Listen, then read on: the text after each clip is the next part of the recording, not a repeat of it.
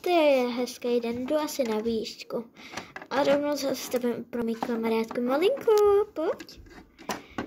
Ty jsi už nasedlená. Počkej, když jsem to stihla. A to máš jedno.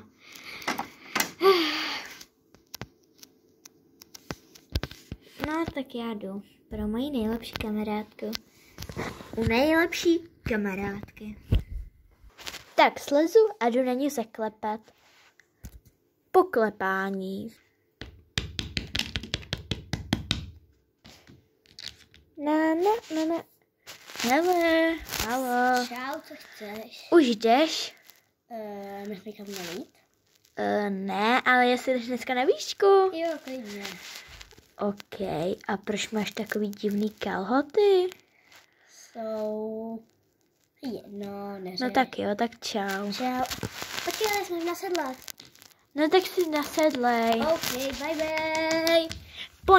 Po nasedlání a konečně na výšce. Tak Marko.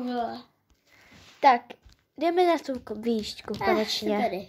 Jo, už můžeme jít na tu výšku. Jdeme. Tak na výšce. Wow! To je dneska ale krásný den. Prima, den na výšku. Tak jo, ne. No ale zítra máme ten... Počkej, co to je vlastně? Jo, turnaj v parkouru.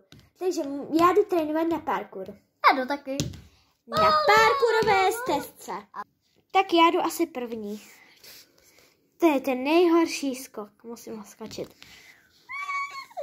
Čikukama. Hej, přestaň.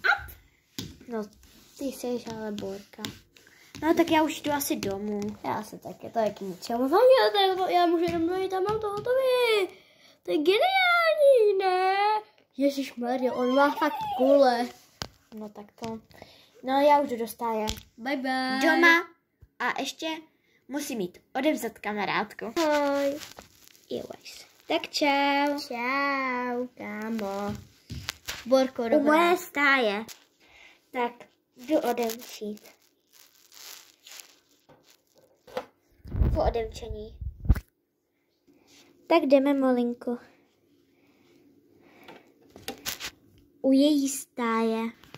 Tak, ještě nejprve tě musím odsedlat, tak jdeme. Po odsedlání. Tak jdem, Molly.